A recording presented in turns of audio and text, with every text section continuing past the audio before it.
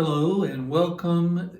My name is Todd Henderson, and we really appreciate you stopping by my channel today, which is Body, Soul, Spirit, where we discuss items of how to feed our body properly, how to feed our soul properly, which is our mind and our emotions, and how to feed our spirit properly, which is through, as we believe, the Word of God and through the study of His Word and a relationship with Him. And so today, I have the distinct honor of being able to talk and visit with my father, Jerry Henderson, who is 90 years of age and going strong. And we want to talk a little bit about his journey from the very beginning, humble beginnings, and also to walk through over several different parts or series his life's journey. And we really hope that you find this beneficial and helpful in your journey. So, Daddy, a pleasure to talk to you today. Thank you for sitting in with me. It is my pleasure to be here. Wonderful. Well, like we said, you're 90 years of age. You were born in 1934, and this was a very difficult period in America. Sure. It's referred to as the Great Depression that started in 1929 with the stock market crash and lasted until 1938 or thereabouts. And so you were born in central Mississippi, in a small community just north of Carthage, Mississippi. And what I wanted to start with is with the family. And during that period, growing up in the Depression, and you all were sharecroppers. Yes. And what it was like growing up as a young boy on a farm helping your father out. So let's start with where you all began as sharecroppers. And if you will, just talk to us about that. It was a very significant thing for us in those days to have the opportunity to work for other farmers. We did that, we call it sharecropping, and Daddy would have to give a portion of what he raised each year to the person he was renting from. Right. And it was just so terrible because we were just coming out of the Depression. Right. And I knew absolutely nothing about the Depression. All I knew was what I'd heard. Too young. Too young Yeah. to know what the ramifications all of it was. Right. But we had a wonderful life because we didn't know anything any better Right. than farming. Right. We didn't know anything any better than renting someone else's land. Right. And we had to work hard every day. And I can remember starting out when I was 5 or 6 years old. I was with my daddy. I was right under his shadow. Right. Wherever he went, I went.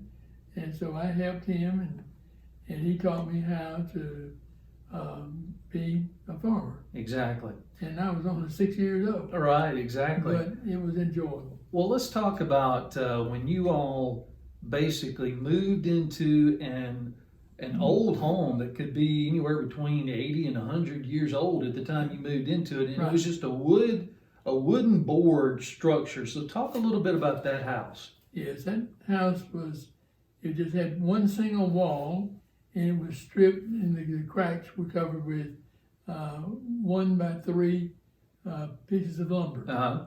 And that was to keep the cold out in the wintertime, and to keep the heat from,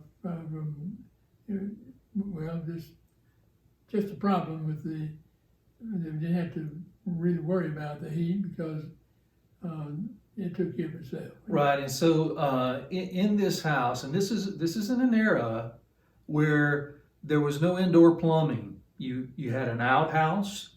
There was no air conditioning. There was no heating other than a fireplace. You had to cut trees on the land, chop it up, make Right. wood, and use that during the wintertime. In the summertime, you guys would open the doors and the windows and whatnot. And so this was, like you often say, what you don't have, you don't miss. Right. Right. And so during that period of time, let's talk a little bit about how you all made a living. How did your parents make a living from what they did on the farm as well as other roles? Well, we primarily made a living by raising cotton, Mm-hmm. and we never had a bumper crop Right. from as long as I could remember. Right.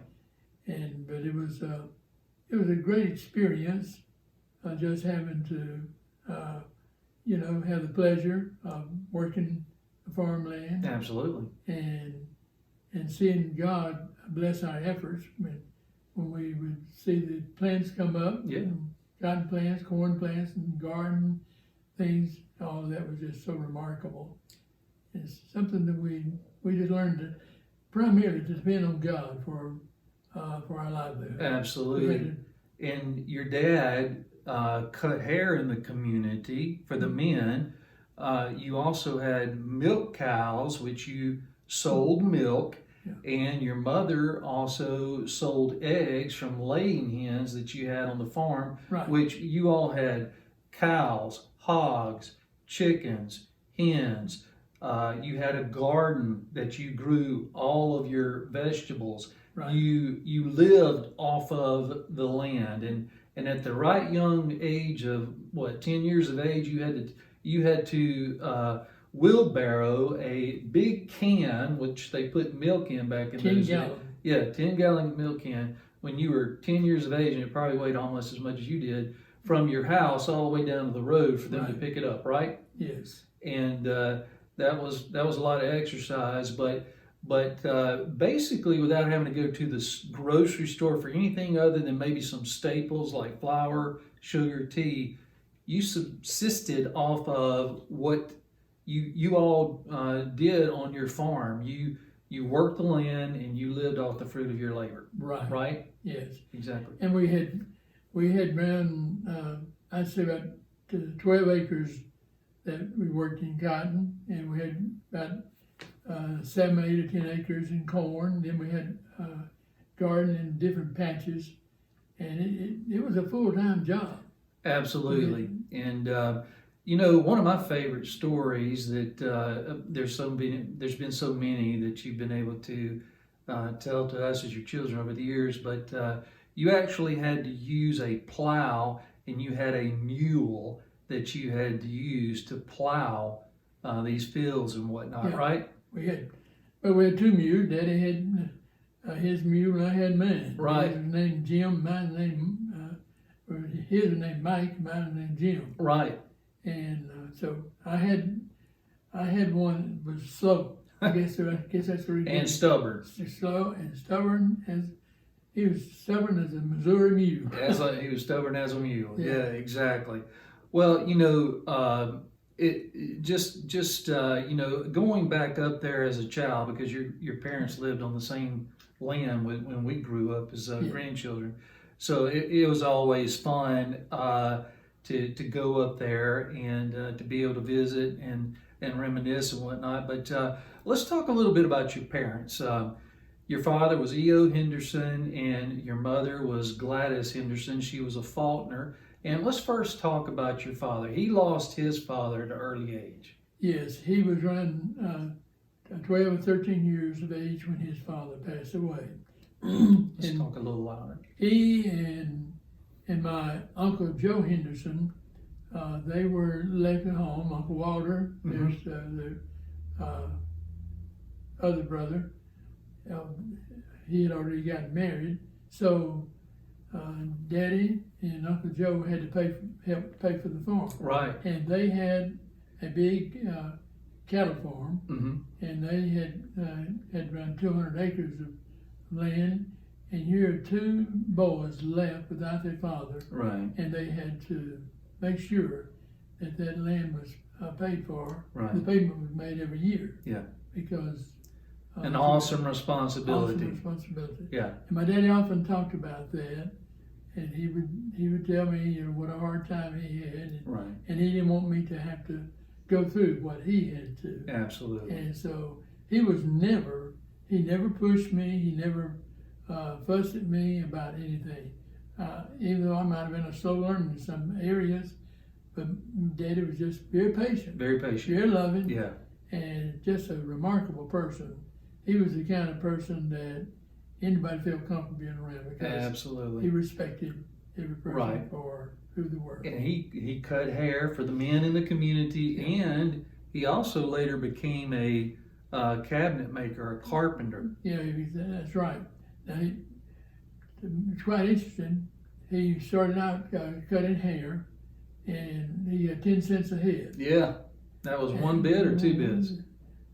One bit? Yeah. Okay. But now, and we enjoyed having those men come to the house because they'd come, Right. and Daddy, we had a China beer tree out close to the kitchen and the old place, and that's where my daddy would cut hair. Yeah. How about And the that? men, they'd come around, They enjoyed sitting there and talking and fellowshipping. enjoyed fellowshipping, smoking the cigars, Oh, yeah. and cigarettes, Oh, and chewing the absolutely. tobacco and telling yarns. Right, telling those fishing stories. I understand. Well, let's talk a little bit about your mother, Gladys. She came from the Faulkner family, Yes. and your father and your dad got married at an early age. Yeah. And just talk about your mother. I mean, my experiences with grandmother were that she was a very loving woman. She had a sense of humor. She loved to laugh. She was a fantastic cook. But talk a little bit about your mother and what she meant to you. Your grandmother was a very humble person. Right. She loved her family. Yeah. She and Daddy loved each other. Oh, yeah. And they loved my sister and I, my older sister, my younger sister, had I been born Right. at this time. And so mother was just a real good cook. Right. A lot of people, everybody enjoyed coming out every summer when we had a revival meeting. My mother would have to prepare a meal for the preachers. Wow. And the evangelists and the pastor always enjoyed coming to our house because I bet they mother did. was such an excellent cook. Absolutely. And she was just a hard worker.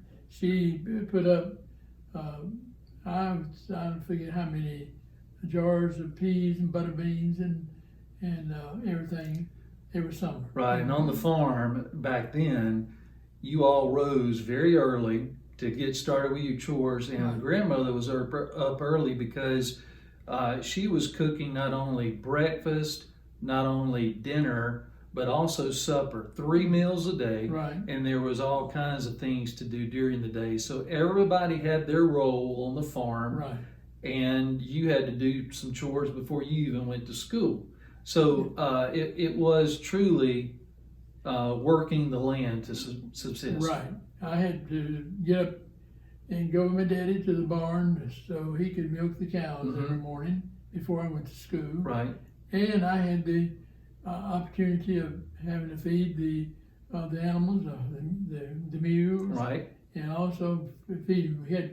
We had geese. Mm-hmm. Our cotton field was fenced in, and so we used geese to hold the grass, look up the grass. Okay. And that was amazing how those geese could do that. Yeah. And I had to Not feed have to have a them. lawnmower. And I didn't have to have a lawnmower. And frankly, we didn't even have grass on the yard. Oh, We right. had dirt. Right. But it was a delightful experience. Oh, no doubt about it. Well, listen, we want to talk a little bit about Aunt Virginia. Now, this was your sister who was born after you, and talk a little bit about Aunt Virginia. Yeah, I was 3 years older than Virginia, but Virginia and I, we really just enjoyed, coming up together Oh, yeah. because she worked just as hard as I did on the farm. Absolutely. She'd rather work on the farm, chopping cotton, thinning corn, and and also helping in the garden and things like that. She enjoyed that more than she enjoyed helping mother in the kitchen. And She was kind of like a tomboy, huh? She was a tomboy. Yeah. And she really worked hard. That's great. And she loved it. Absolutely. Yeah, wonderful. And then, maybe by surprise, a third child was born into the family, and that's Aunt Clara. And she's over 10 years younger than you are. Right. So tell us a little bit about Aunt Clara. Well, Claire Joe never had to hit a lick at a snake. She was the baby she of the was family. the baby, and I never will forget her. After she was born in August, it wasn't long until it was cotton picking time. Right. And even though my mother had to go to the hospital and have her, and then she came back home, it wasn't long because the cotton picking time was in September. And so mother helped as much as she could, trying to get her strength back and everything. Right. And it was just a joyful experience having Claire Joe, because she was just Miss Inspiration. Exactly. And she still is. She still is. Aunt Virginia passed away many years ago, and Aunt Clara is still with us. She still lives in the same community. Right, she lives on their farm. They had several hundred acres of land and raised cattle for many, many years. Absolutely. And Aunt Virginia had 3 children, Yes. Becky, Pat, and